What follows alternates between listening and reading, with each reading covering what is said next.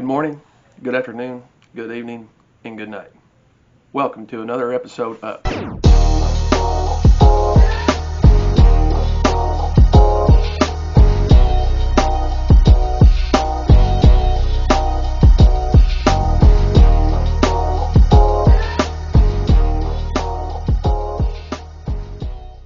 We have got a beautiful day out. Roll it.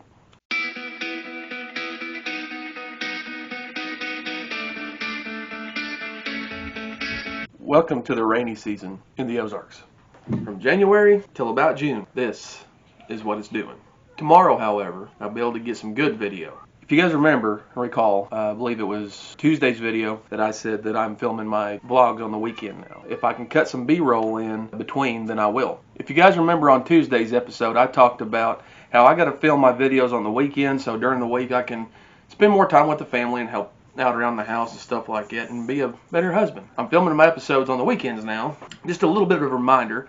So you're watching this on Tuesday. Well, really, I'm filming it on Saturday and doing all the editing. Thursday's video I'll be filming tomorrow. Tomorrow morning I will be heading to the Spring River and doing some fishing with Corey from Car Doctor 2. Really excited about this fishing trip. It'll be the first fishing trip I've taken in 2021, and I've not been fishing since before deer season started. Today's episode, however, the legend would be proud. We've talked about her a little bit before, but I think we're going to go ahead and go through the whole scoop of this bear. I have shot several bows in my whole bow hunting career, I guess you could call it. I don't know. You really can't call it bow hunting life, but I have shot several bows over the years. I've shot Hoyt, I've shot Bowtech, shot Matthews, shot Martin, and then I've shot bear. I know there's still a couple of bows on the market that I have not yet tried out, but so far, this one right here reminds me a lot of the Hoyt for some reason. And Hoyt, besides the new Matthews that came out a couple years ago, the Chill line, this is my third favorite bow. Hoyt, from what I've seen, unless they've gotten better, a couple of years after I had bought my Hoyt Powerhawk, like the next year they came out with the Spider line, and then after that I've seen a lot of horror stories about Hoyt. So I kind of veered away from Hoyt a little bit, and I was shooting PSE. I also shot PSE, and I killed a couple of deer with that. Matter of fact, that's what I killed the Funky 7 with and the Bluff Buck with. This one right here,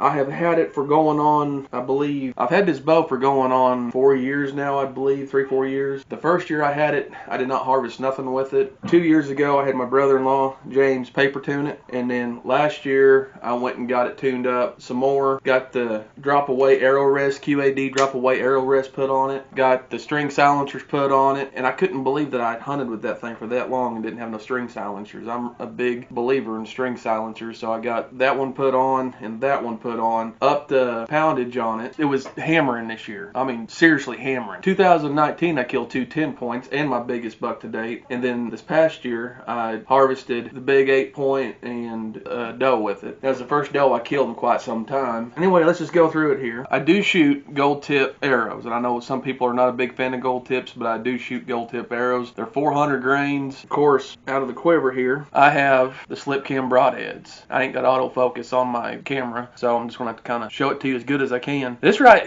the end right here looks like a drill bit. I mean, as it's going through the deer, I mean, it's cutting. These slip cam broadheads are phenomenal. So is the cut. They're sharp. They go right through the deer. There is no suffering whatsoever. These are some really good broadheads. I love them. So if you're wanting some, get a hold of Corey with Car Doctor 2 and he'll hook you up. They are $5 a piece and he ships anywhere within the continental U.S. The quiver is a trophy ridge. I love this quiver. It's so easy to put on and take off. I have started shooting with my quiver on. I used to take it off. If you are one of those guys that takes it off, it's got a little rope thing right here that you can hang on your hooks or whatever. But I started shooting with mine on, so that's what I'm going to continue to do. I seem to do better that way. And it's really easy to put on. Right here's where you put it on at, of course. And it's so easy, you know. I mean, it's not like a whole lot of tightening and stuff like that. You got a little lever here that moves up and down. So whenever it's in the up position, you take the quiver, stick it in the top there, and you just pull down and lock it in place. I think I'm shooting 65, 67 pounds, so it's almost maxed out. I could go up a little bit more and max it out at 70 if I wanted to. Since I don't shoot as much as I used to, I really got out of bow shape, so maybe with that AccuBow pulling it back and whatnot and just kind of exercising with it, maybe I can get it back up to 70 pounds. It's got a little peep sight here, D-loop. It's got Trophy Ridge sights on it, and I don't know if you can see them or not,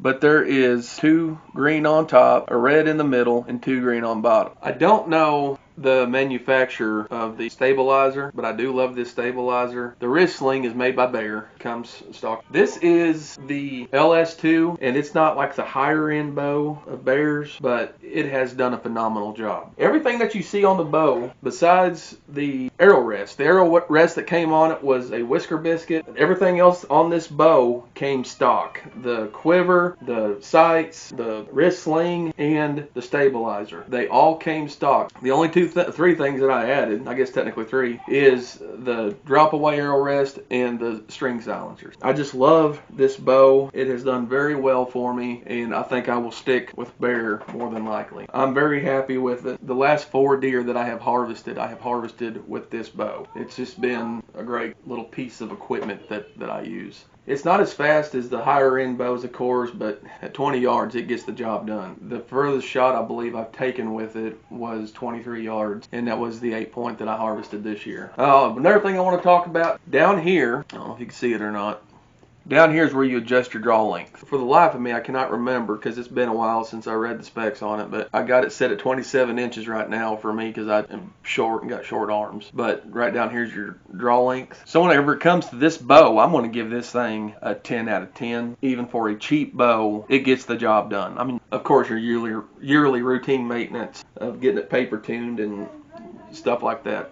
I do want to add that the slip cam broadheads, they shoot just like field points. I mean, they fly just like field points. You sight in your bow with the field point, you're going to be able to shoot these slip cam broadheads. I think that's going to do it for this episode of Triple TV. Hit that subscribe button if you have not yet. Hit that share button if you thought this episode was informative. Like this video if you are a bow hunter and you love bow hunting. And turn on that notification bell if you have not yet so you know whenever my videos are hot off the press. Thank you all for joining me. Tomorrow we're going fishing with Corey Car Doctor 2. I'll see you all on the next one.